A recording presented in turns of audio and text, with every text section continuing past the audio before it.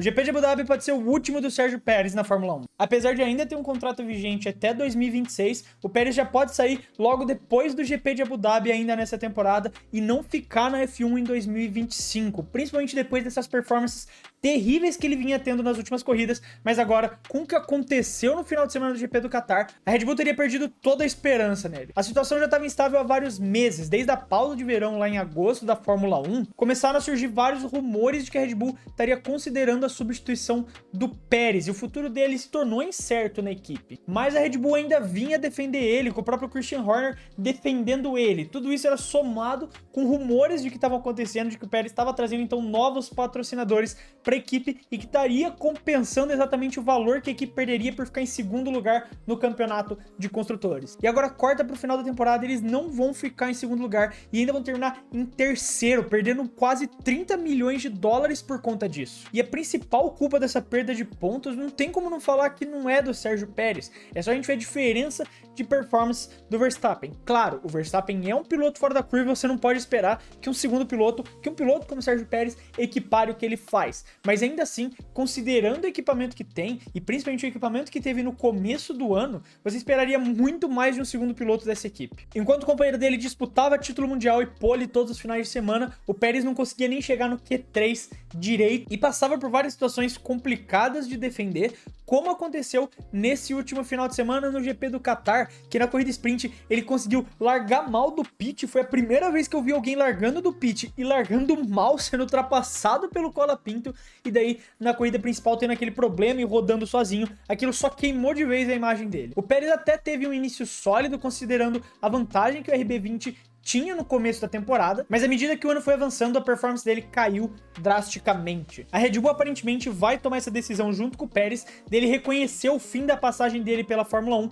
e decidir se retirar voluntariamente. Basicamente vão chegar num acordo com ele para que ele fale que foi uma decisão dele e que ele decidiu se aposentar, de que viu que talvez não tinha mais o nível para estar na Fórmula 1. Porque isso é uma forma de encerrar da maneira nobre a relação entre os dois, tanto por parte do Pérez, para parar de continuar essa humilhação que está sendo ele, porque o Pérez tem uma carreira até muito boa na Fórmula 1, com vitórias, num piloto decente que fez muito por muitas equipes. Então continuar nesse sofrimento da maneira que tá é muito ruim para a imagem dele. E também para a Red Bull não se queimar com o México, porque eles sabem que uma grande parte da renda da equipe hoje vem dos produtos que eles vendem lá no México e também, obviamente, das parcerias, dos patrocínios que vêm pelo Sérgio Pérez ter essa popularidade lá no México. Então ele decidindo se aposentar e se tornando esse embaixador da Red Bull, assim como aconteceu com o Ricardo, ainda manteria uma imagem positiva e permitiria com que todos esses acordos continuassem de pé. O grande problema é que o Pérez não parece estar disposto a aceitar isso de uma forma tranquila. É claro que ele sabe da situação complicada dele, apesar do que ele fala na mídia, de que ele sabe do foco dele, de que ele vai melhorar,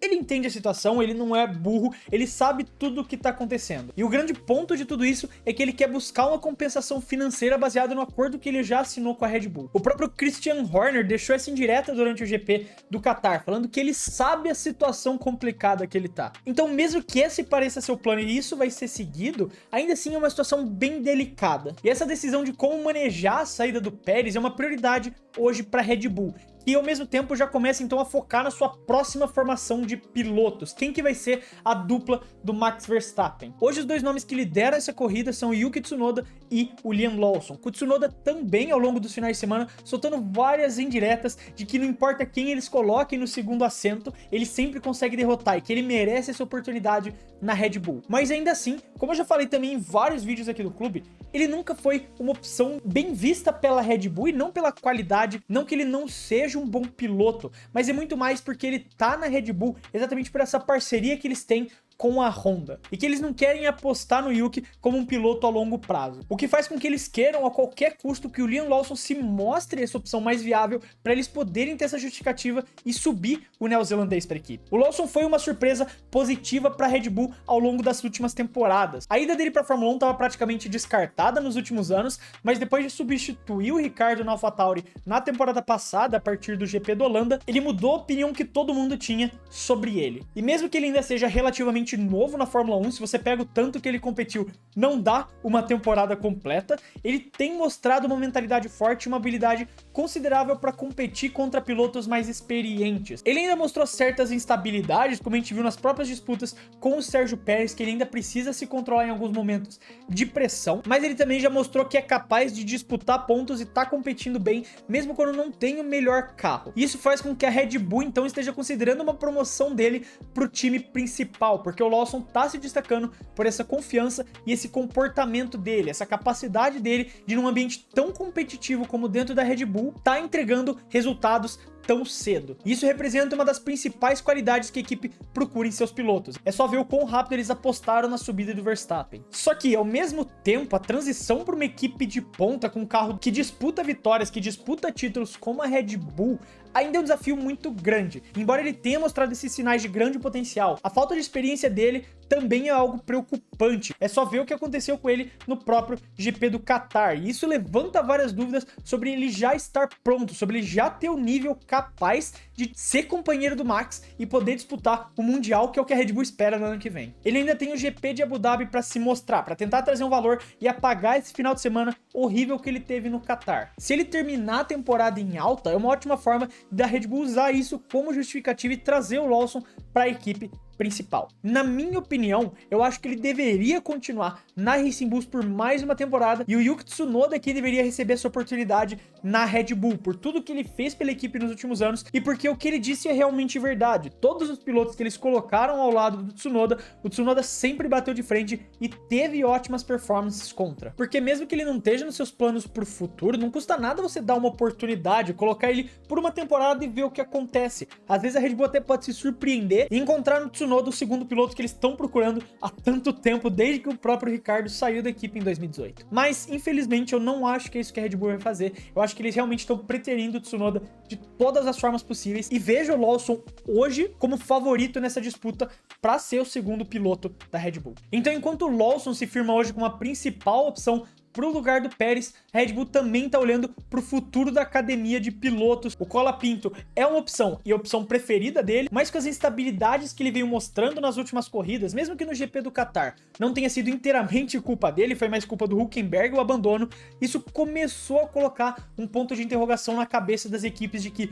ok, talvez ele não seja tudo isso que a gente viu nas primeiras corridas dele. Porque querendo ou não, a Williams tá pedindo uma compensação financeira gigantesca pelo Franco, e a Red Bull tava até disposta a negociar e tentar pagar. Mas vendo os últimos 3 finais de semana, em que o Franco não conseguiu completar a corrida em nenhum deles, eles ficaram com o pé atrás e começaram a pensar que talvez tenham opções melhores no mercado, e essa opção sendo o Isack Hadjar. O Hadjar faz parte do programa de jovens pilotos da própria Red Bull e tá fazendo uma ótima temporada na Fórmula 2, disputando o título contra o próprio Bortoleto, inclusive diminuindo a vantagem nesse final de semana para só meio ponto pro Gabriel. Claro que teve a questão da punição, o Gabriel teria terminado a corrida na frente do Isack se não fosse a punição que ele levou, mas ainda assim, o Hadjar tá mostrando que é capaz de disputar por um título mesmo com algumas inconsistências. E a Red Bull, historicamente, sempre teve essa preferência de apostar nos seus próprios talentos que eles desenvolveram nas categorias de base. Então, se eles enxergam o Franco e o Hadjar na mesma prateleira, é muito provável que o Hadjar tem essa preferência na hora do contrato, porque isso reflete os próprios desejos da Red Bull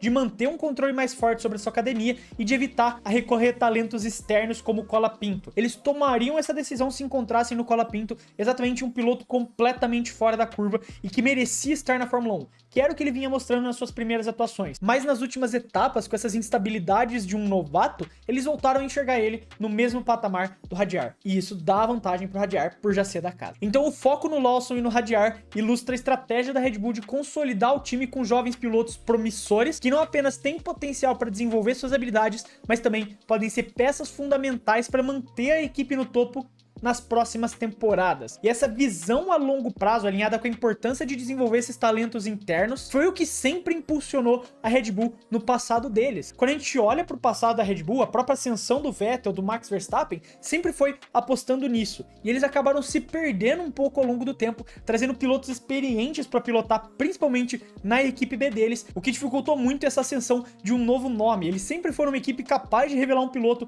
para estar na Red Bull. Só que nos últimos anos eles vêm tendo muita muita dificuldade em fazer isso. Não à toa, tiveram que recorrer a um talento de fora, o Sérgio Pérez. E agora, voltando a apostar em pilotos novatos, a Red Bull volta à essência do que sempre fez eles serem a Red Bull. Essa equipe que traz pilotos novatos, que traz pilotos ousados e que, por conta disso, conquista vários campeonatos mundiais. Mesmo que isso envolva tomar decisões difíceis. Mas essa sempre foi uma característica da Red Bull e a principal característica que fez eles conquistarem tantas vezes os títulos mundiais de pilotos e de construtores. Mas aí tá o que eu penso sobre a saída do Pérez e de quem vai ser o substituto dele. Eu quero saber a sua opinião, então não esquece de deixá-la aí nos comentários. E se você quiser continuar conversando aqui, agora a gente tem o Discord oficial do Clube da F1. Exatamente, você pode clicar aqui no link que tá na descrição do vídeo para você acessar o nosso Discord. Durante o final de semana do GP do Qatar, a gente ficou conversando o tempo todo na corrida, debatendo tudo que acontecia. Inclusive, essa notícia que eu tô debatendo aqui com vocês foi falada lá no Discord. Então você pode entrar aqui no Discord, você vai escolher seu piloto favorito, sua equipe favorita e entrar nas conversas. Tem vários chats para memes, chats para notícias